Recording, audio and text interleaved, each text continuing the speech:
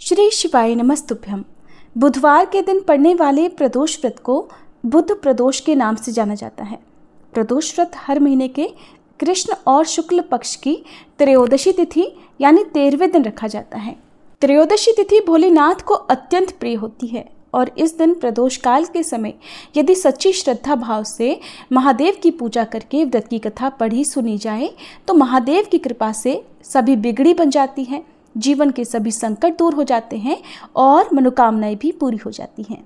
आज के इस वीडियो में आप सुनेंगे बुध प्रदोष व्रत की कथा, क्योंकि इस बार आषाढ़ महीने के कृष्ण पक्ष का प्रदोष व्रत 3 जुलाई बुधवार को है और इस दिन प्रदोष काल का समय शाम 6:27 से 7:57 तक रहेगा।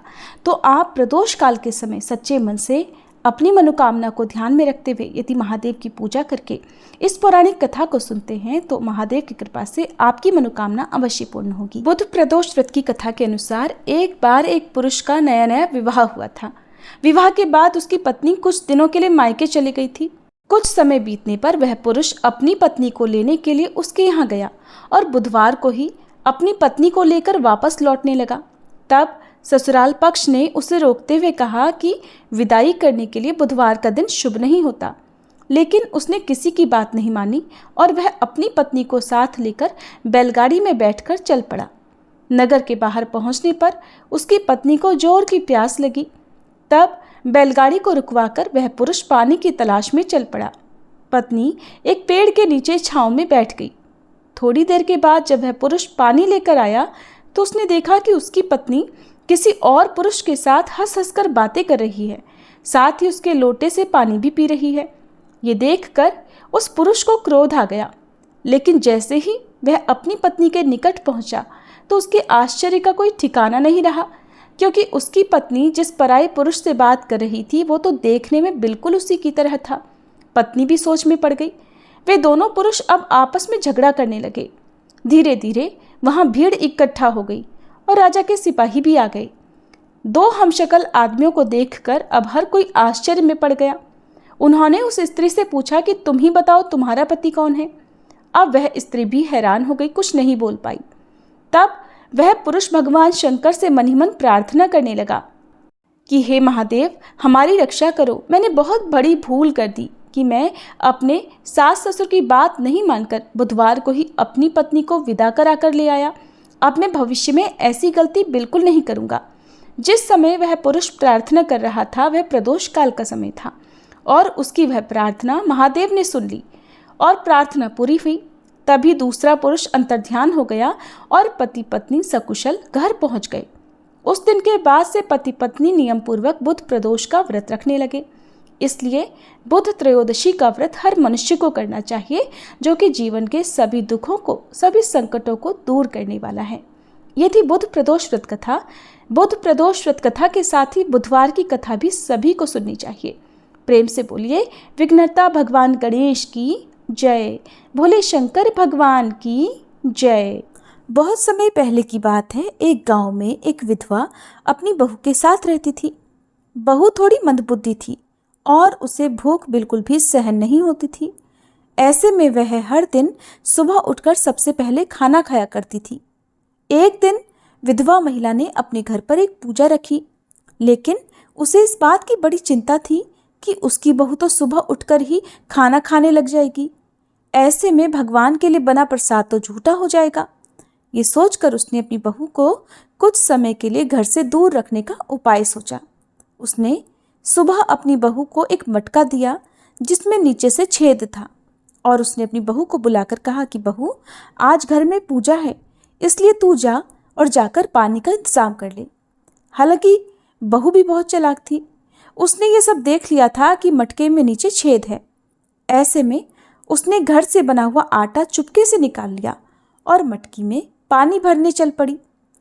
जब वह कुएं के पास पहुंची तो कुएं के पास पहुंचकर उसने उस आटे से रोटियां बनाई। पास में ही आग जल रही थी। उसने उसी आग में अपनी रोटियां सेक ली। इसके बाद उसे नज़दीक ही गणेश भगवान का मंदिर भी दिखाई दिया, जहां पर किसी ने भगवान गणेश के समक्ष घी रखा हुआ था। बहू ने उसी घी को अपनी रोटी पर लगा लिया और खा गई। उसकी इस हरकत को देखकर भगवान गणेश को बहुत गुस्सा आया और उन्होंने अपनी नाक पर एक उंगली चढ़ा ली। कुछ समय के बाद जब गांव वालों ने देखा तो उन्हें बड़ा आश्चर्य हुआ और उन्होंने भगवान गणेश को लाख समझाने की कोशिश की, लेकिन उन्होंने अपनी उंगली वापस नहीं हटाई। धीरे धीरे ये बात राजा तक पहुंच गई। फिर पंडितों को बुलाया गया और ज्योतिषियों को भी बुलाया गया।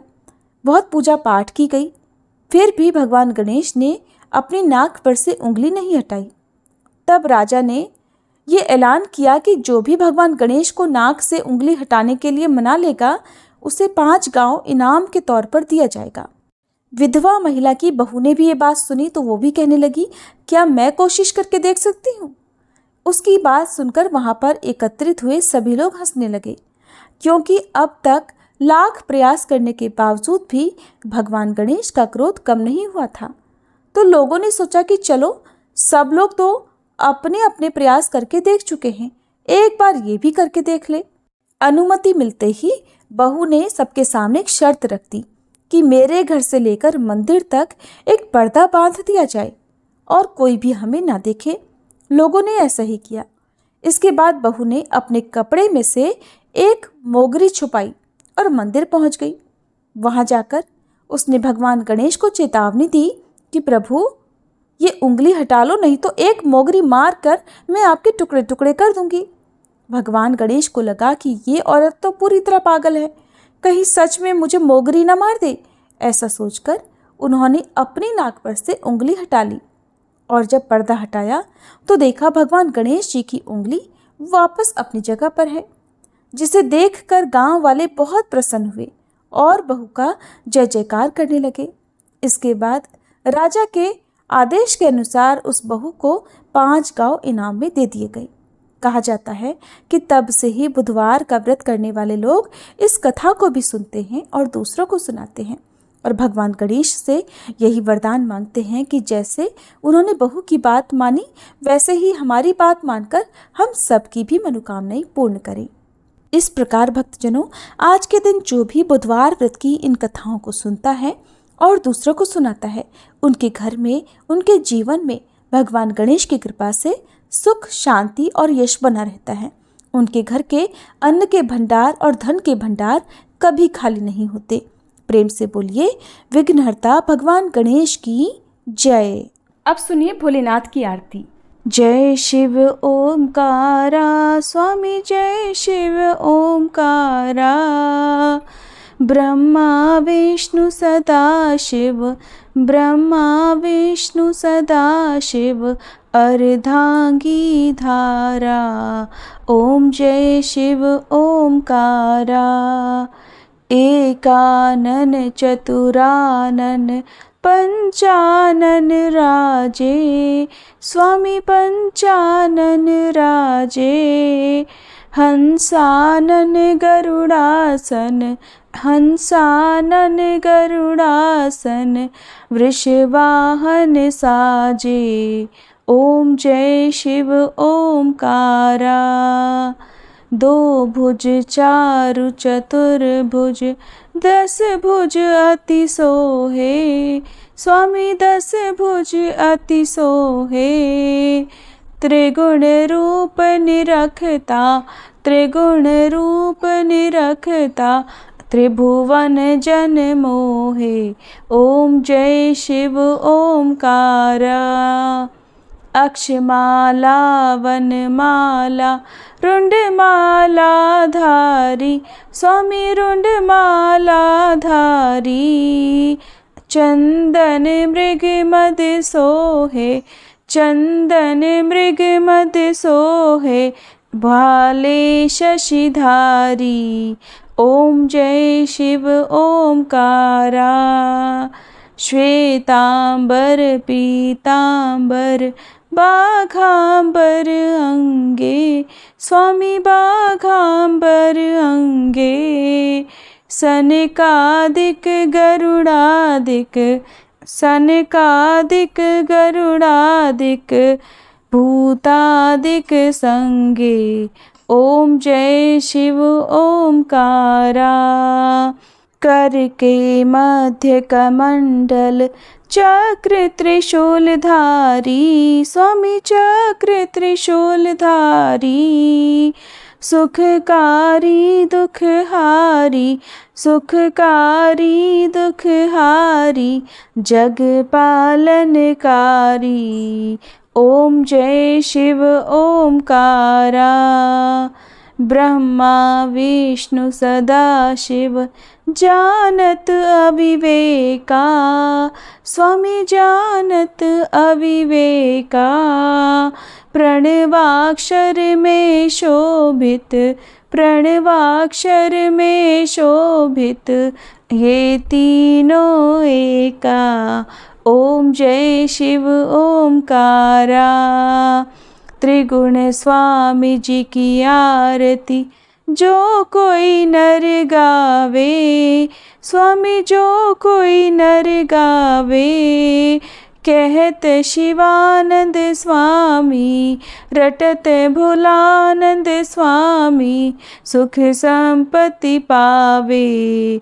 ओम जय शिव ओमकारा। ओम जय शिव ओमकारा। स्वामी जय शिव ओमकारा। ब्रह्मा विष्णु सदा शिव अर्धांगी धारा। ओम जय शिव ओमकारा। ओम जय शिव ओमकारा। ये थी आज की कथाएं। उम्मीद है आपको पसंद आई होंगी। अच्छी लगी हो तो वीडियो को लाइक करके कमेंट बॉक्स में हर हर महादेव लिखना मत भूलिएगा।